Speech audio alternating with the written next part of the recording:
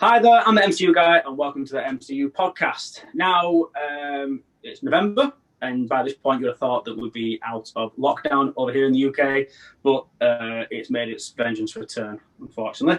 So we're still in lockdown times. We're still having to do this via Zoom, but I'm joined by two wonderful guests today. I'm joined by a returning friend of the podcast, Mr. James Konnanov, lead singer of the Donaghys.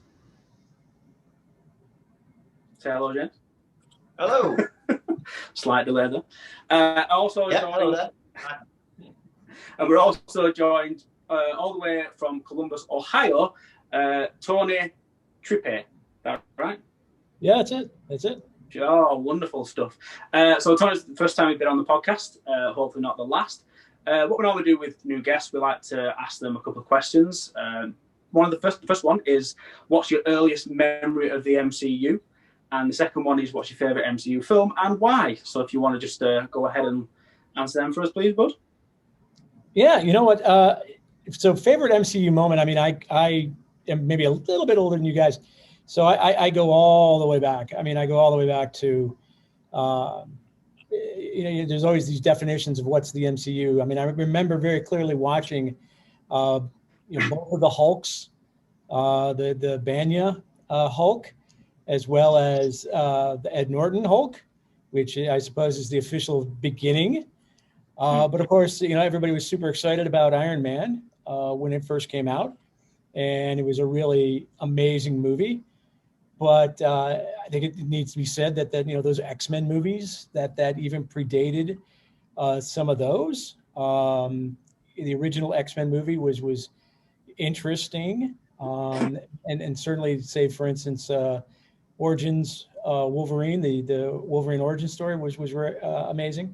So many really great superhero movies that started to come out after just decades of real dreck. I mean, it was just real rubbish, but it started to really pick up speed with those X-Men movies, and then the Hulk and the first Iron Man. So that's what I'd say. That. But as far as my favorite, I thought a little bit about that, and there's so many of them that I like for so many different reasons. But if you had to say, okay, you can only pick one, I thought, maybe I would say Captain America, the First Avenger. I just thought that was an amazing movie. All the Captain America movies are terrific on a lot of different levels with regards to, a spy thriller versus a period piece versus Civil War and this sort of dueling factions business. But I just really, really liked what they did with the period piece and with World War II in the First Avenger. And if I might say so, Wonder Woman, I thought was another example, but I thought that they didn't do it quite so well as far as the authenticity and the real spirit of America and Europe during that period of time. And so actually, I'd love to hear from you guys what you thought about that whole World War II business, and how Captain America coming in and helping the Howling Commandos, and the liberation of portions of Europe, how all that played across the pond, as it were. It was really good, actually. I think because I watched the Avengers 1, the first one I ever watched, and then I went back through the phase 1. So Captain America: The First Avenger was the second one I watched, and I was really impressed with the way they went about it, and it was like kind of unlike anything you probably would have seen. Like, obviously my introduction, like same as you watching stuff like the original Spider-Man films and the Andrew Garfield ones and all them. That's how I imagine superhero films. But then you watch Captain America: First Avenger, and it's something completely different, and like a fish out of water story. And it was so like fantastic. And I think a few podcasts ago, we realised that some of the New York scenes were actually filmed over here in Liverpool, in the Liverpool docks, which is pretty cool. And that's where they filmed the new Batman film as well. So people love to come to Liverpool and film the superhero films. We're just down the road from Liverpool. We're in Manchester, so we're not too far away. We're probably about half an hour away. But it'd be good if they did a lot more Manchester-based filming. But I believe in what's it called now? In the Spider-Verse one, Morbius. I believe that Morbius was filmed in Manchester, which is very cool. and I'm very excited about seeing potential bits of the Northern Quarter. People who know where Manchester is, I think that's being used to film certain bits. So yeah, it's cool. And in relation to Captain America again, amazing film. It's the first time I've ever heard anyone say it's a favourite film, but like, hey, well, I can't fault you at all because it's a fantastic film. So that's really cool. What do you think, James?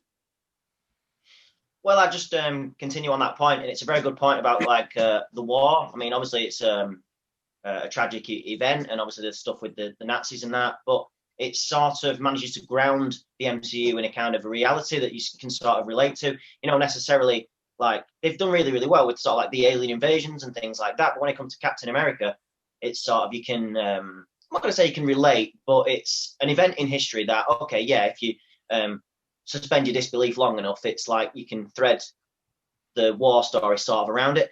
And again, going back to the X-Men films, you know, I was impressed with the first lot of X-Men films. I think, if I remember rightly, the first X-Men film sort of flirted with the idea of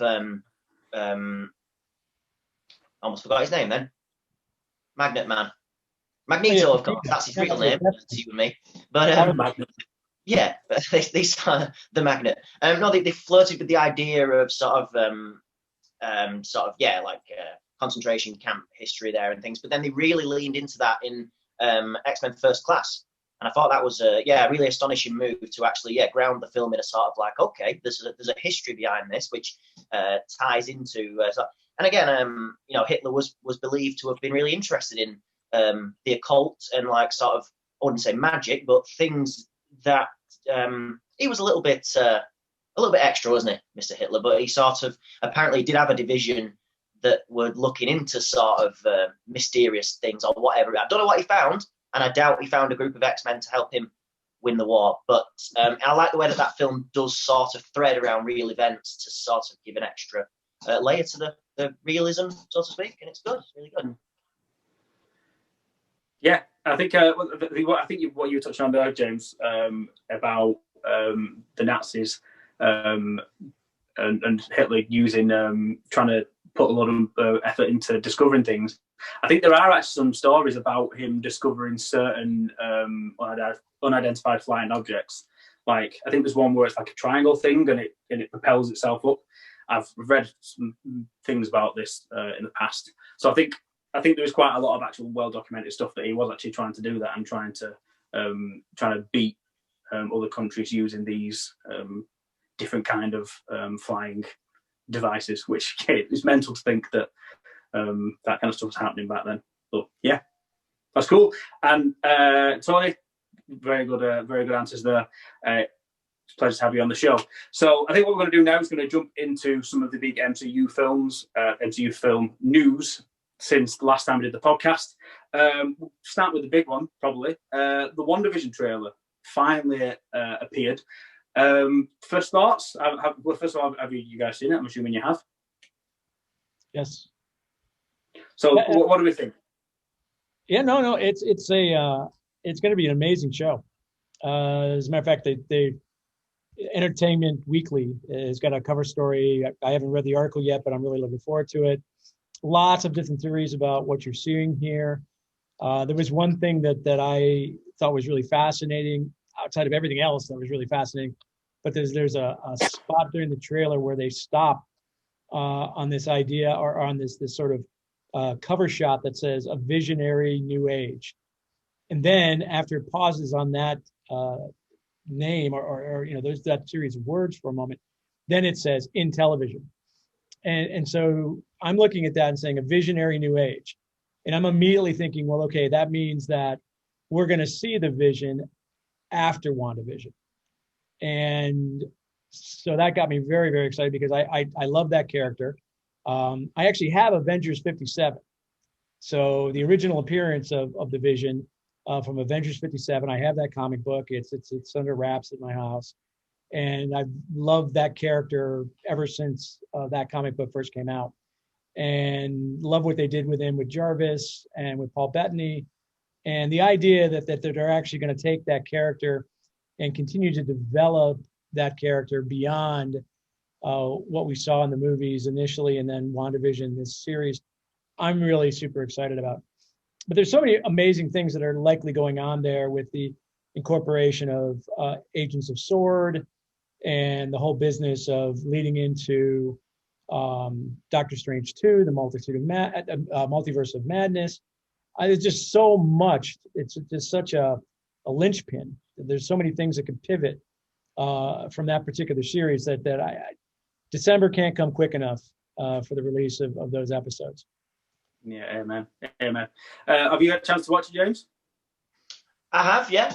And it looks very sort of, again, anything could happen here, really, because this could be the gateway to the multiverse of madness. And then multiverses is something we're going to probably touch on later. But yeah, this is definitely sort of a gateway into a more interesting, if that's possible, MCU. And you can definitely play with timelines, play with realities, which will be fun because, again, we'll see more of Vision, of course, more of Wanda herself.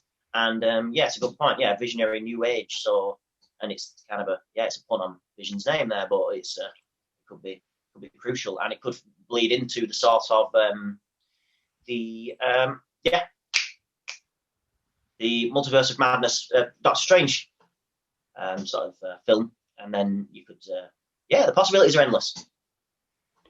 Yeah, I completely agree with you there, and I think the fact that they're starting Phase 4 with this, when it obviously wasn't originally planned to be starting with this, and the fact that they're going all in with this when they probably could have really pushed something forward. Like, if they really wanted to, they could have really pushed it back a bit and had Falcon Winter Soldier open it instead, or if you just again wait for Black Widow. But they've realised after the reshuffle we need to start really, really strong.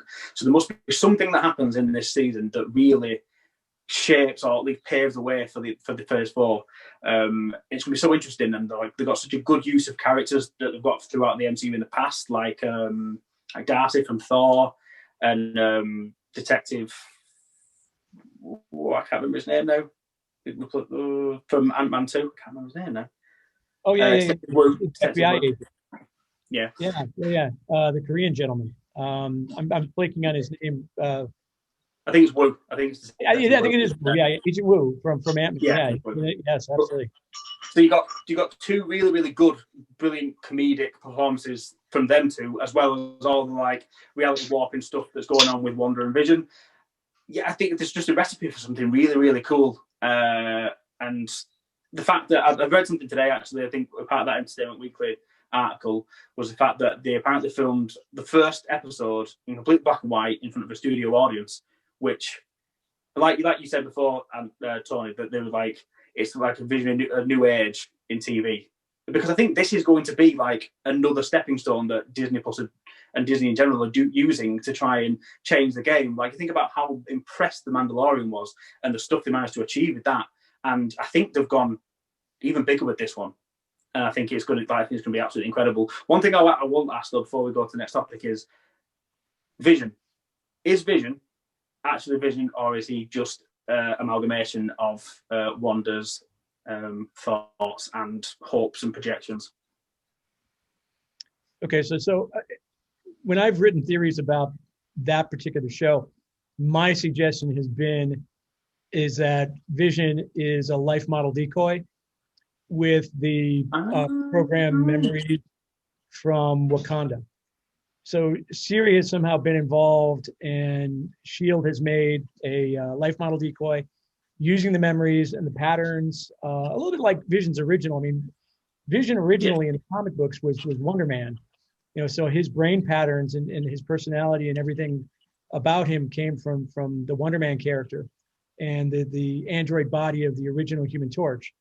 And so now you've got this business with Wakandan technology, vibranium, and another Korean doctor with her lifelike cell patterns, and then the Wakandan memory patterns, and the whole business of life model decoys and whatnot that we saw with Coulson and Agents of S.H.I.E.L.D.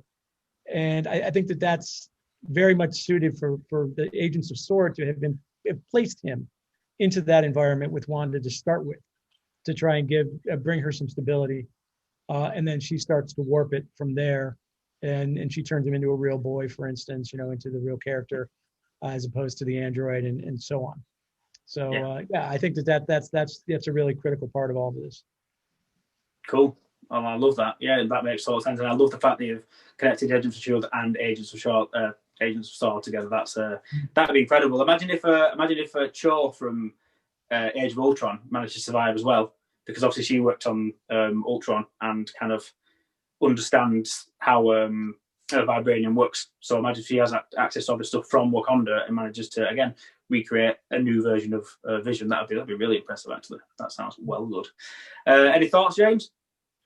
Yeah, well, Vision isn't a character that I've got kind of a depth of knowledge on, but I'm fully aware. I've seen the films, but backstory-wise, I'm a little bit sketchy there, and maybe this particular project isn't the place to get, WandaVision. Maybe not a background on Vision, but who knows? I don't know. They might fill that out. There's things that are in the comics, of course, which I haven't read, but they might sort of find their way onto the screen, sort of bits of his past. I mean, we know he was created by Tony and all that, but is he just a vision of Vision though? I mean, I like the theory that's been purported there from our guest, and it's certainly an exciting one.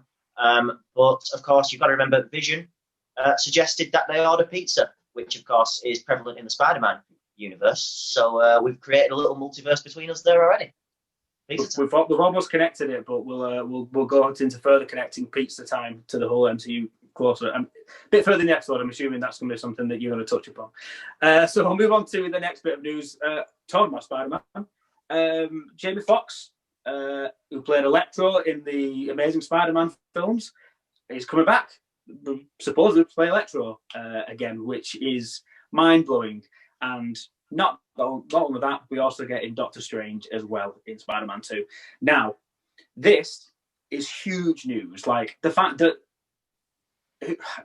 even if it's not the same Electro from the Andrew Garfield universe, the fact that Jamie Foxx is coming back to return to play the role is pretty outstanding. And after the way that film was kind of received by a lot of people, you could understand why Jamie Foxx probably would say no to that, because although I really enjoyed it and I enjoyed all the Spider-Man films, not a lot of people did, and you'd think that he'd probably get a bit of backlash for doing that and returning, but there must be something or some reason why he's doing that. And the fact that they've included Doctor Strange in it kind of points towards a big prediction of what we think is going to happen.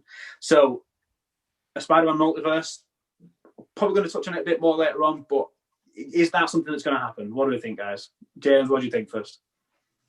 I think it's definitely. I think we've started to see it, haven't we? Really, I mean, I think the thing that started the fired the starter pistol on all this was, of course, in Far From Home, when J. Jonah. I mean, spoilers for anybody that's not seen that film. But of course, I think it's the mid-credit scene, or is it the end credit scene? It's post-credit scene, so it's the end. It's post-credit, and of course he appears. As clear as day, doesn't he? And he's clearly the character that we saw in the Raimi universe. So instantly there, as we know, it's very, very rare for these films to sort of double cast somebody, or especially from a different series of films. I mean, it'd be very strange, if Dane DeHaan was to show up as the Green Goblin, and you'd just be like, well, that's kind of strange, even for a cameo. So to see J.K. Simmons reprise his role there was brilliant, was amazing, of course. But I left the cinema with more questions than answers, and I suppose that's what they want you to do. They want you to have that kind of a response to it. And I think, that kind of was for me at least, anyway, I don't know what you guys think, but that clearly was like a bit of a tease that these Spider-Man films cannot, and we're going to talk about that later, aren't we, I think, but, these can exist sort of in the same world if you just kind of play with the, obviously the timelines, and that's hopefully what we're going to see, because I'm excited. I don't know. I like Spider-Man as much as you do, and I'm all for it. Nice. What do you reckon, Tony? Is it the beginning of a multiverse? Spider-Man crossover? Are we seeing it? You know what? I don't think so. I've sort of gone on record here as well. I don't really think that this is an introduction to the Spider-Verse as such. Clearly there's multiverse implications. But I don't think it's going to be a full-on Andrew Garfield, Tobey Maguire. I really do think that they're being intentionally casting some of these same actors to play similar parts or the same part, but in a different reckoning. And so I actually am really looking forward to Jamie Foxx coming back as Electro. He's going to be coming back in the green costume as opposed to the blue costume. So that's already a big difference. And you've already seen with what we're looking at as far as Mobius and the next Venom film, you've started to see this continued crossing over between the Sonyverse, for lack of a better term, and the MCU. And I think it's really more along those lines that you've got the Vulture showing up in Mobius, and you've got Murderer under the Spider-Man picture with the old costume in the Mobius trailer, in the Scorpion. And so you've got all the components of a Sinister Six being collected across those different film properties. So I think we're going to see a big merger as far as the Sonyverse and the MCU. But I don't think it's going to be a Spider-Verse in as much as we're going to see multiple versions of Spider-Man, for instance. Okay, cool. Well, yeah, the jury's out on it so far. I mean, we're completely on one side and you're on the other side. We're gonna have to wrestle it out later on. I think we'll have to get into the nitty gritty and see what we'll come out with. But for the time being, we'll move on to the next topic. We've got 3 big casting announcements. We've got Inman Valena. I think that's how you say it. I'm not very good with names. She's been cast as Miss Marvel. Jonathan Majors supposedly has been cast as Kang, and Tatiana Maslany as Jennifer Walters, the She-Hulk. I literally know a tiny bit about Tatiana. That's about it out of them 3. I believe Jonathan Masters is supposed to be in a show that's supposed to be really, really good that came out earlier this year. I can't remember the name of it now. We don't have it over here, I don't think, yet, but I believe... Yeah, it's on HBO. Minecraft. What's it called? Minecraft Country? Or not Minecraft. That's it, yeah. So apparently he's really, really good in that. So, yeah. So would he be, obviously, speaking to someone who's seen him do some stuff, like, would he make a good Kang? Oh yeah, no, he's going to do an amazing job, and it's just terrific to see the amount of diversity that's happening, and the amount of racial sensitivity that Marvel Studios is portraying, both with Shang-Chi and with these characters that you've mentioned, and of course it all really started with Black Panther. And again, I hate to sort of make the comparisons necessarily between DC and Marvel, but I just think that Marvel is doing such a wonderful job with the women. And you get that scene, of course, in Endgame where it's all the women coming together to help Peter carry the gauntlet, and it was just so well done, and they're just continuing to do that with hiring somebody who's of Egyptian descent to play Moon Knight in the Moon Knight series, or the Egyptian director, Isaac, the gentleman from Star Wars. And I don't think he's Egyptian, doesn't necessarily need to be, but the director. And there's a lot of Egyptian overtones in that particular series. So I think that's really exciting. So I think it's all those casting choices are great, and it just brings a lot more excitement to what we're going to see on television coming out of Disney. Yeah. I forgot about Oscar Isaac as well as Moon Knight. I completely forgot about him. Yeah, that's huge news as well, because I mean, an actor of his caliber, again, another big hit coming into the MCU. We've already had loads of more people been added to this phase. We've got Christian Bale, we've got Richard E. Grant coming in, yeah, it's pretty insane what the MCU is doing now and what it's becoming. Tatiana, what have you seen her in, James? Me, I don't know. I think if I'd have to see her to, did we discuss this the other day? I think you recognise. It's not in Narcos or something. I might have made a comment about something I'd seen her in, but I struggle to remember at this time. But really, I've got nothing to add to Anthony's point there, really, because I'm not as well up on these actors. But yeah, that's a bit of background for me, so I appreciate that. No, and just going to touch on the Iman Vellena, it's so cool to, again, that Marvel are like breaking boundaries and just signing on these kind of, as the big names, they're also signing on these not so well-known actresses and actors to kind of build a name for themselves and really like go forward. If you think about the likes of like John Boyega in Star Wars universe and Daisy Ridley, like pretty unknown actor and actress, but catapulting them into an amazing place for both of them and hopefully for their careers going forward. So again, if it all works out and they do really, really good job, which I'm assuming it will, it's going to be incredible for everyone involved. So yeah, really, really cool. And finally, this is one of my favourite bits of news for this month. We finally have a date over here in the UK for Agents of S.H.I.E.L.D. Season 7. So in 3 days' time, because it's November the 10th today, in 3 days' time, Agents of S.H.I.E.L.D. episode 1 and 2 will premiere on Disney Plus, following by a weekly episode released every week, which is fantastic news, and it's been something that a lot of MCU fans and Agents of S.H.I.E.L.D. fans have been clamoring for a while, because the US got it like how long ago? Like 6 months ago, was that, Tony? Yeah, it's been some time. Yeah, I watched the last episode in season 7. It had to have been 2 or 3 months ago. Yeah. I think I didn't want to watch them all at the same time, but I did watch them by nook or by cranny. I did manage to watch them, which is weird that I managed to get through them all so quickly. But I waited a few weeks, and I think I only finished them about the same time as you did. But yeah, it's if you're an Agents of S.H.I.E.L.D. fan, you need to see the season because it's absolutely incredible. I am contemplating doing a watch along for people who want to watch along. You can do it with me. I think I might do the first 2 episodes, possibly. But if I do, I'll post it on the page, and we'll do it on the Discord, on the TTYL Network Discord, which I'll tell you more about later on. So yeah, it's such a fun season. Also, without any spoilers, Tony, can you kind of sum up some of your highlights without getting into too much details? Like, be nondescript, but like kind of tell us how you felt about the season. And I think I can do that without giving very much away. It's clear that they understood that this was coming. You've got television series sometimes that really don't recognize, or they're really not told that this is going to be the final season until they're nearly wrapped.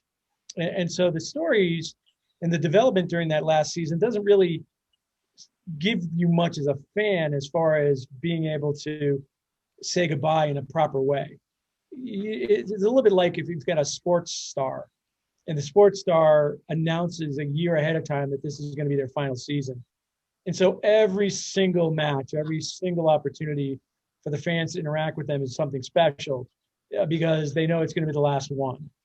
And the season is a lot like that. There's a lot of hopping around and revisiting some of the things that may have happened, that may have been loose ends, and so it's each week has been exciting to see, well, where are they going to go next, and then to speculate as to who might get involved.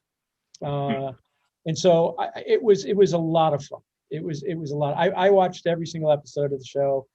Loved a lot of it. A couple of the seasons were a little slow, but they really put the cherry on top. They tied it off pretty nicely with just the right amount of fan service, and it was really a joy to watch. Yeah, I think that's a perfect way to explain it. A hell of a lot of fun, and there's always something to look for in each episode for callbacks and references, and it's just a really, really good way to end a season. And like you said, they obviously knowing it was going to be the final season, they kind of went all out with what they did. And like it's not very often you get a lot of resolutions from some of your favorite TV shows, but I think being one of my favorite shows, I definitely wasn't disappointed with the season finale at all, which is a tall order because there's so many shows that really, really fell down in the last either last couple of episodes or the season finale. So it's a shame when a show you watch for so long and for so many seasons kind of falls at the last hurdle. But this one didn't. It really delivered. And I urge everyone who does like Agents of S.H.I.E.L.D., or if you don't watch Agents of S.H.I.E.L.D., start it now. and then by the time it finishes airing over here, you probably might have got your way through all of it, and what a ride it is. So yeah, that's cool, and that's the big MCU news. Obviously, there's probably going to be some more news coming out in the next couple of days, which we'll probably pass over and we'll talk about next month. But we might as well get into the main topic of the show after this break. So Scott, as you may be aware, there's a bit of a lockdown on. Yes, I had heard that. Lots of people have suddenly got a lot of time on their hands and a smorgasbord of content to choose from to fill that time. How can people find the best nerdy content when there's so much out there? It's difficult, but don't worry, I have developed a system to find the good stuff. I'd love to hear it. So basically, there are 3 criteria that all the best content contains. Animated characters playing in a sport, a team of misfits overcoming impossible odds, and the acting talents of Wayne Knight. What if people don't want to watch Space Jam on repeat? What? I've got another idea. How about a podcast from 2 down-to-earth guys discussing the best in books, films, comics, music, game and TV series? That sounds amazing. I'm in. Excellent. What do we call it? Into the Nerdiverse, I reckon. I'd listen to that. Damn right you would. Hi and welcome back. Hope you enjoyed them adverts for all the other TTYL network podcasts that we have to offer. So the topic of discussion this month is Phase 4 and what we have learned over the past few months and how we think it's going to shape Phase 4. So I think there's quite a few big topics that we probably need to discuss, like we did before. I think we should probably start at the beginning. So WandaVision.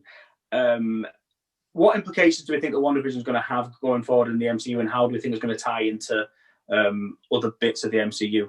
We know it's going to tie directly to Doctor Strange. We know that. Could it potentially tie into Captain Marvel 2 because of Monica Rambeau? And could it also directly tie into Spider-Man 3 because of the connection with Agents of S.W.O.R.D. and where Nick Fury currently is in the timeline? Do we think that's do we agree that they are potential ways avenues we can go down? What do you reckon, James? Well, I mean, I, as an MCU sort of fan, I am one of these people that really, really enjoys it. But again, the background knowledge, I'm actually thirsty for knowledge. That's kind of why I've agreed to come on to the show, because there's certain things I know a lot about and certain things I'm just not so sure. And I'm as excited as an ex-fan to sort of see where this unfolds. But of course, Phase 3 ended with an absolute juggernaut, and it makes you wonder where, like how do you top that? I'm guessing that's what the writers are thinking and the producers are things like, where can we get that moment again of the whole? Well, I won't spoil anything for anyone who's not seen it, but obviously we know how it pans out. The scenes at the end there were very, very gripping. Of course, I'm talking about Endgame, we've seen some progression from that. But if it's all going to reach a crescendo of the phase, then they've got to be building up to something really, really big. And I'm just excited to kind of participate, really, just be along for the ride. When you ask me about WandaVision, all I can do is echo what I said before. I just think, again, as someone who's not necessarily got a grounding in the characters, well, especially Wanda and Vision. To me, that's just exciting because that can open up doors to all kinds of different things, and it can open up all the possibilities. If it means the big crescendo that they're building towards in this next phase is going to be to do with altering the realities, and obviously with Doctor Strange you can do that. You can alter time, and God knows where the time stone is now. But I think we could. It's just going to open a lot of doors and a lot of exciting possibilities. So personally, I can't wait. Yeah, cool. Tony, what do we think? Yeah, there's so much. There's so many moving pieces, so many variables. Everything is so interconnected. I mean, going back to something we talked a little bit about earlier, we've also got Evan Peters being cast in WandaVision, and of course, he played Quicksilver in the Fox films. And there's some speculation as to what character he would play. I believe he's going to continue to play Quicksilver, except that it's going to be that sort of reality for Wanda that wait a second, you're not my brother. And he's, well, no, I am your brother. That's really going to set her down the path that she's eventually going to get to in Doctor Strange, where she's really fractured. She starts off fractured, I think, and the sword begins to get involved. And so therefore, Doctor Strange begins to get involved, and then you see, Doctor Strange carrying over into the Spider-Man. And again, you've got these actors now. You've got the J. Jonah Jameson character. You've got the Jamie Foxx character. Electro. That again, just like the Evan Peter Quicksilver character in WandaVision, that they're it's not as if we're pulling people out of the multiverse and placing them so that there's doppelgangers and more than one version per se, like a little bit like the end of Back to the Future, but more so that there are these infinite realities and there's small differences that you can see in some of these variations. And that's going to lead, for instance, then into the Fury show. Because that there's this whole business with Fury and the idea that throwaway line from the last Spider-Man movie about the Kree sleeper cells is going to be one of the key components of the Fury show, that it's going to be an espionage thriller. And it's going to involve these Kree sleeper cells. And Spider-Man is likely going to be approached by Fury in the third film, in the third Spider-Man film, along with Doctor Strange to help combat some of those things. And maybe that's how we get introduced to the Sinister Six, because these Kree sleeper cells have been generating these additional meta heroes, these additional enhanced people, whether it's in the Miles Morales character. And I'm sort of throwing a lot of names around, moving in a lot of different places, and I've written some of this down in some other forums. But the whole idea that there's so many variables and interconnected pieces that are just going to continue to weave their way through the television shows and the movies is what's going to make this just very, very addictive. And it is really a huge opportunity for Disney, because you have to see it all. You have to be part of it all. You have to see the movies. You have to watch the TV shows. You're invested on a variety of different levels on what's just going to be on a weekly basis going forward, to a scale that has never been imagined before. I mean, the movies were enough to begin with the connectivity between those items, and 25 movies, 22 movies, whatever we're up to now, over that extended period of time of 11, 12 years. Now you add the television into it, and you project that out to the next 4 to 6 years. And that's a franchise that in entertainment, I don't think we've ever even seen. We've never even dreamed that level of interconnectivity and amount of content could be done like that. So it's exciting. It's definitely exciting. Cool. Yeah, it really is.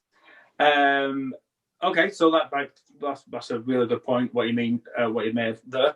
I'm going to throw another name out to you that I want you to talk to me about.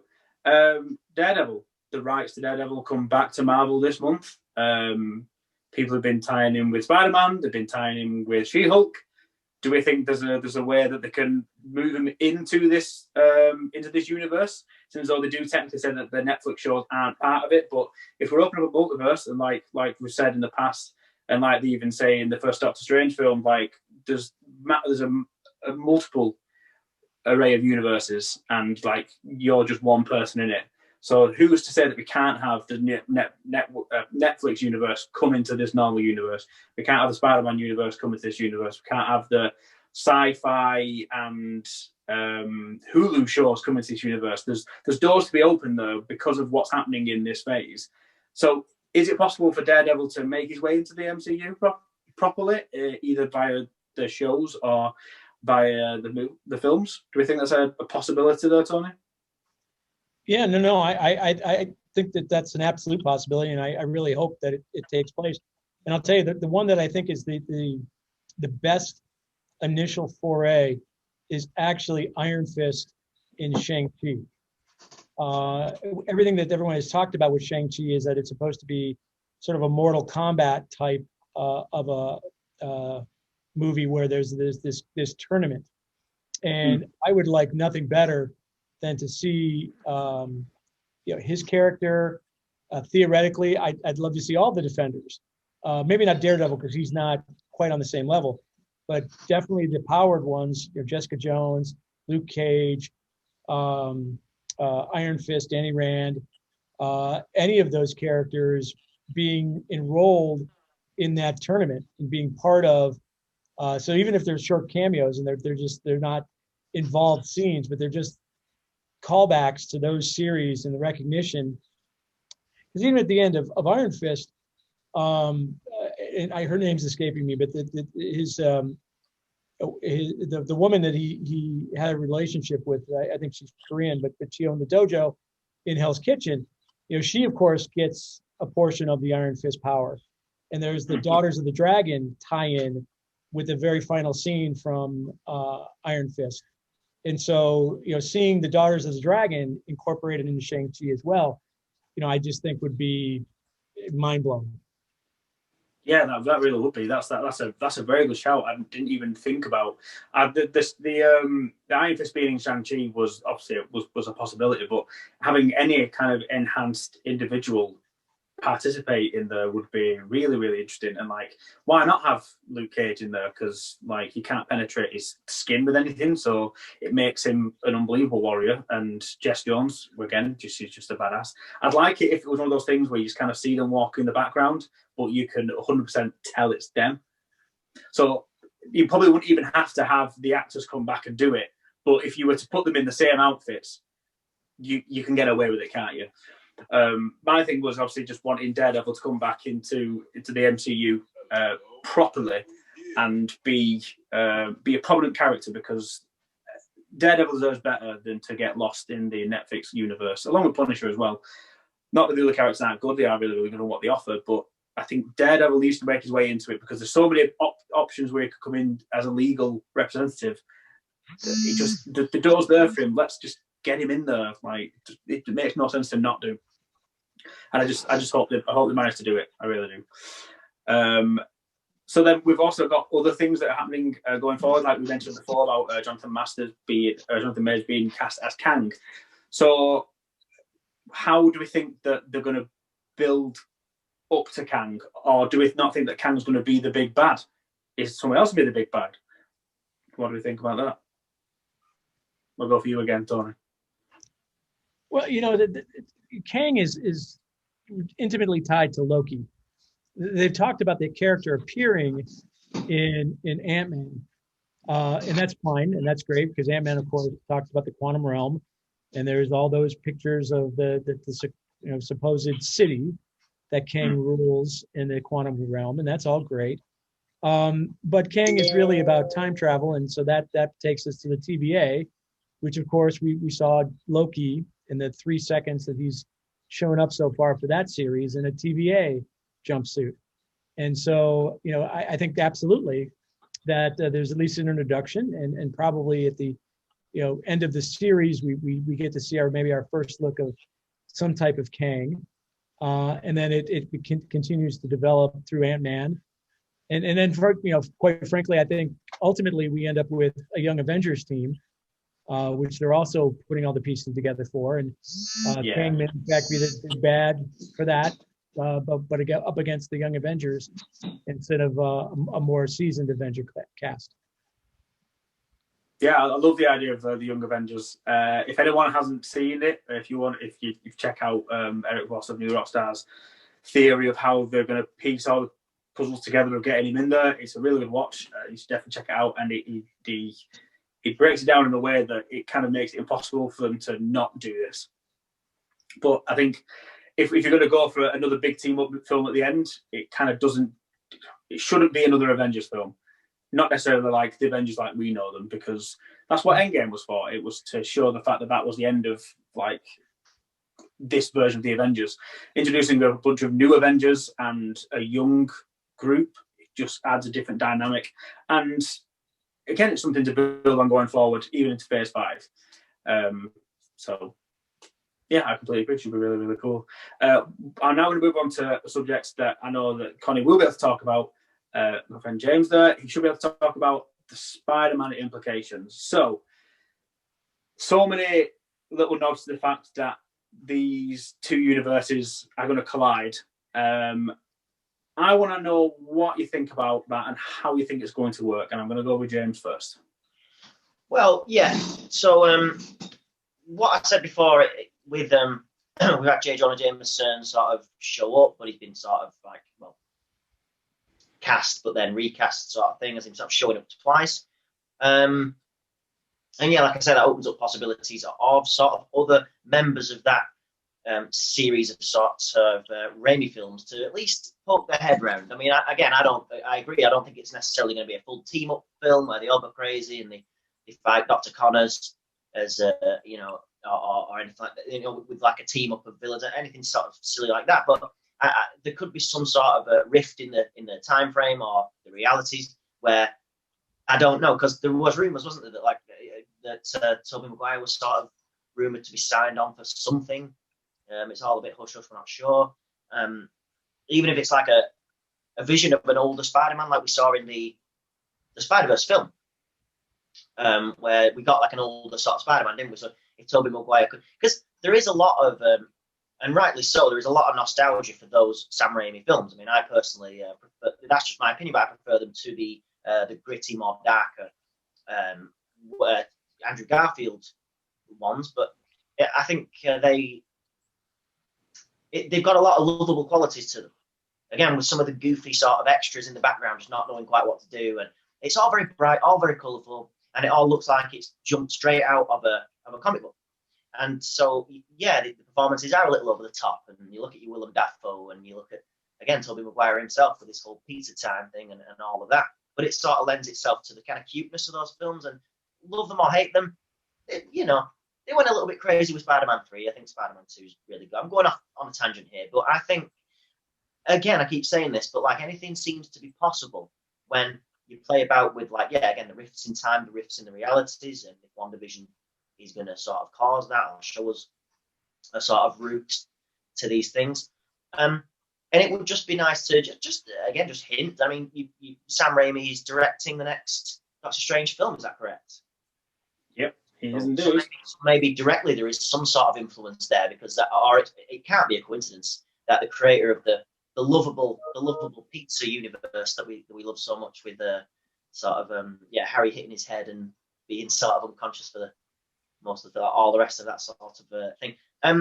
So yeah, again, I'm excited. As with a lot of these things, I'm excited, and I just love that kind of sort of quote unquote goofy sort of Spider-Man sort of world. And if it can kind of coexist, even in a small fraction, with the more sort of well-rounded and more charismatic sort of Tom Holland-based films. I think Tom Holland himself, we're not getting into who's the best Spider-Man, that's a debate probably for another time.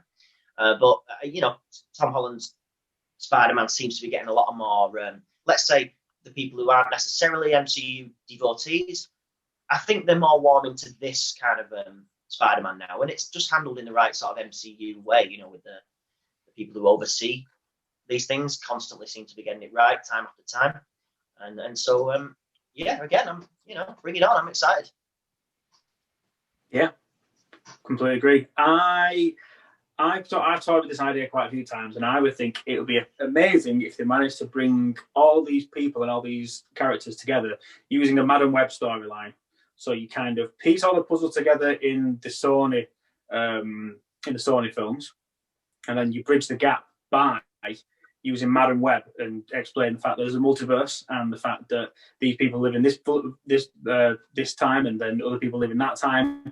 But she brings them all out of different timelines and puts them in one timeline. So almost takes Tom Holland out of his timeline and out of the MCU, puts him in this Sony universe, but then says, I can also pop it back as well. So it's not necessarily the MCU coming over. It's not necessarily the Sonyverse coming over to the MCU. It's taking Tom Holland out of the MCU and maybe a few other people that he interacts with and putting him in the Sonyverse, whatever the Sony Spider-Man universe thing, whatever they call it. So that'd be a good way to do it, because like she did in the cartoons, she could literally just take anyone out of any time and put them where she needed them to be to kind of protect the galaxy or protect the universe or the multiverse. So if they could manage a way of doing that, that would answer a lot of questions in my eyes, and it would be probably the most exciting thing I can think about coming into a Spider-Man film, apart from being a Sinister Six. So what I will do, Tony, is I'll allow you to give us the reason why that won't happen and why the Sinister Six is probably the best way to go. Yeah, I love the idea of Madam Web. I'm on record as thinking that because the Spider-Verse has already been done as the movie from Sony, and because there's a lot of talk about DC doing Flashpoint and dealing with time travels and alternate versions of characters in the DC universe, that Marvel and Sony will stay away from that. And again, we've got the Vulture and the Scorpion characters showing up in Morbius, so that suggests that there's a lot closer connection between these universes. And so what I want to interject into this is that I think Spider-Man 3 gives us an introduction somehow to Miles Morales, and that somehow in that film we're going to get introduced to Miles. We met his uncle already in the second movie. I think we see him at least briefly in the third movie, and that then he shuffles off to be part of the ongoing Sony sagas, where he plays in with the business of Venom and with Morbius and with the other Spider characters that Sony is going to continue to develop, assuming, of course, that Disney doesn't buy Sony anytime in the not too distant future. But I would love to see Miles get incorporated into there somehow. Yeah, it'd be fantastic to see Miles come into the MCU. Mainly just because of everything that's going on, how much Sony are really, really pushing Miles onto a lot of people. Like James said, you probably wouldn't really seek out these films, like tailoring like a whole cartoon film around Miles. And obviously there's the Miles Morales Spider-Man game comes out this week or next week or something for the PS5. Like they're really pushing this character. Mainly because I think a lot of people might be necessarily bored of the Spider-Man. I don't know why you would be bored of Spider-Man, because he's amazing. But I think a lot of people are just bored of the Peter Parker, just generic. We know what happens. Uncle Ben dies, power, great responsibility, and here we have Spider-Man bitten by a spider. I think it's too easy, and giving us a different version of that, a different focus is definitely a thing that everyone involved seems to be really, really pushing. So fingers crossed. Again, I hope that happens, because that would be fantastic. Trying to touch on anything else, anything big Phase 4 wise. Probably stay away from some of the titles at the end, like Thor, because there's not really a lot that we know about that. What about the possibility of the Thunderbolts being introduced in Falcon and Winter Soldier? Do we think that's I won't go to you with this one, James. So I'm pretty sure you're probably not too clued up on this one. But Tony, do we think that's a possibility, considering what's happened so far and what we know? Yes, because you've got a couple of properties that are intimately tied to one another.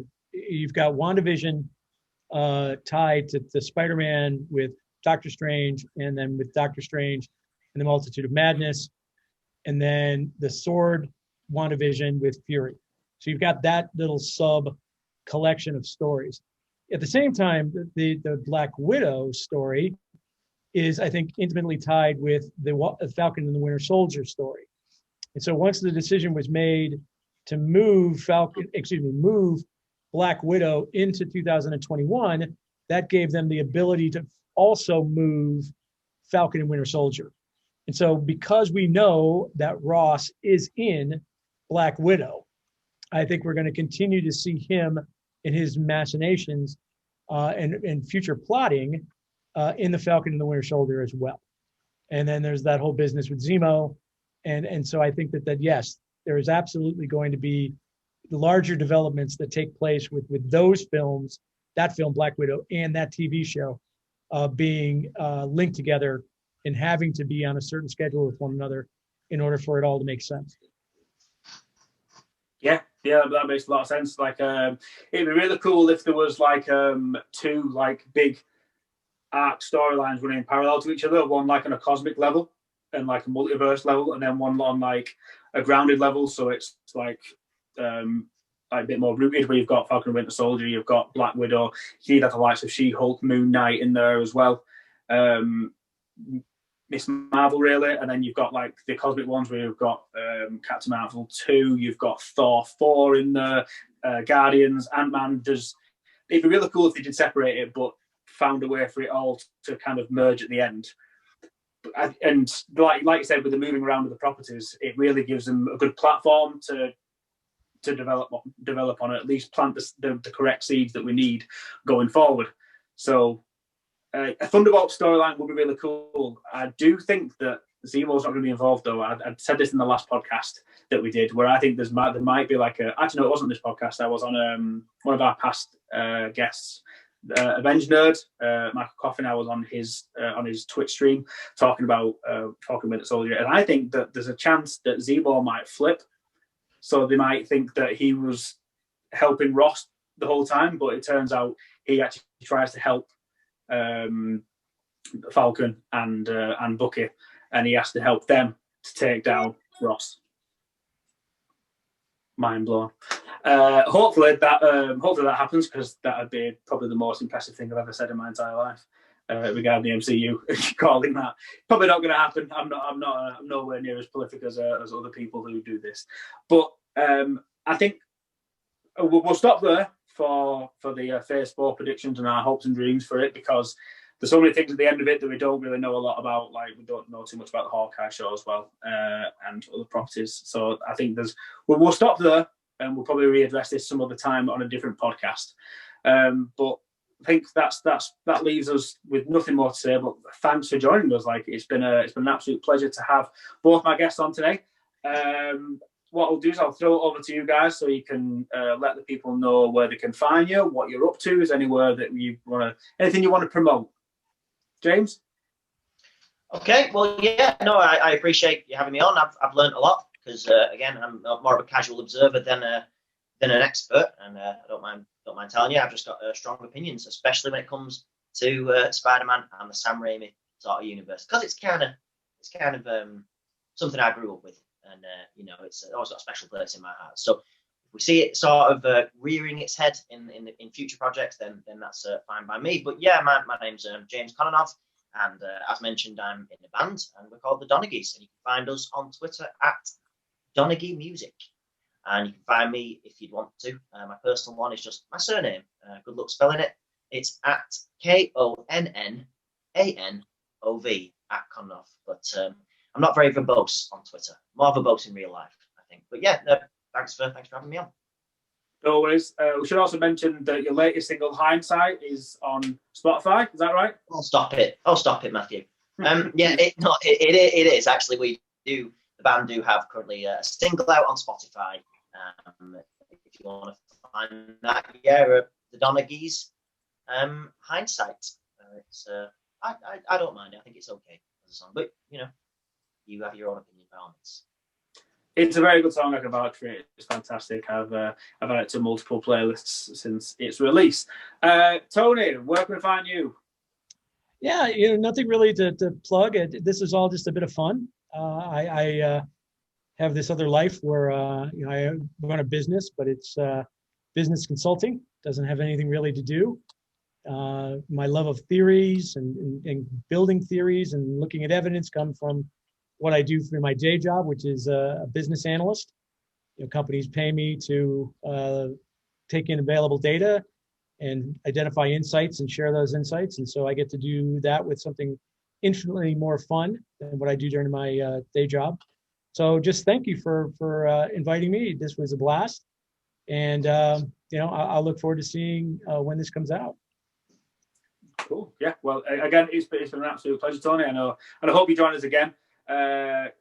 So I think the last thing for today now is just kind of go through what I need to tell you guys. So first of all, thank you very much for listening. It's been a pleasure. If you're watching this, again, you've enjoyed watching it. Make sure you like, subscribe, leave a review if you can. If you've got a podcast platform that allows you to leave a review, please do so. 5 stars only, though, because we want to shoot right up that recommendation list and make it easy for other people to find. You can also find me on Twitter at ThatMCUGuyUK. You can find me on Instagram, ThatMCU Guy. You can find me on Facebook, ThatMCU Guy. YouTube, again, the MCU Guy UK. We're part of the TTYL network, a bunch of collaborators all trying to promote things, the new things that you might like in the world, from wrestling to music to podcasts to the MCU, all kinds of geeky and nerdy stuff. If you want to join our Discord, you can do. The link will be in the video or the podcast description below, or wherever you find your podcasts. I'm not wearing one of my MCU t-shirts today. I'm wearing a different Captain America t-shirt today. But if you want to buy one of the t-shirts that I do, you can go to my Etsy page, the MCU Guy. You can get yourself one of the t-shirts that we made. Obviously, you can get the Nick Fury one, where Mr. Eric Voss from New Rockstars sports every now and again. It'd be really cool if you got that sometime now before Christmas, obviously as a gift for a friend or a loved one. It's been an absolute pleasure, and I've really enjoyed this, guys. Thanks very much for joining me, and we'll see you next time. Cheers, guys. Bye. Take care. See you. Thank you. See you later.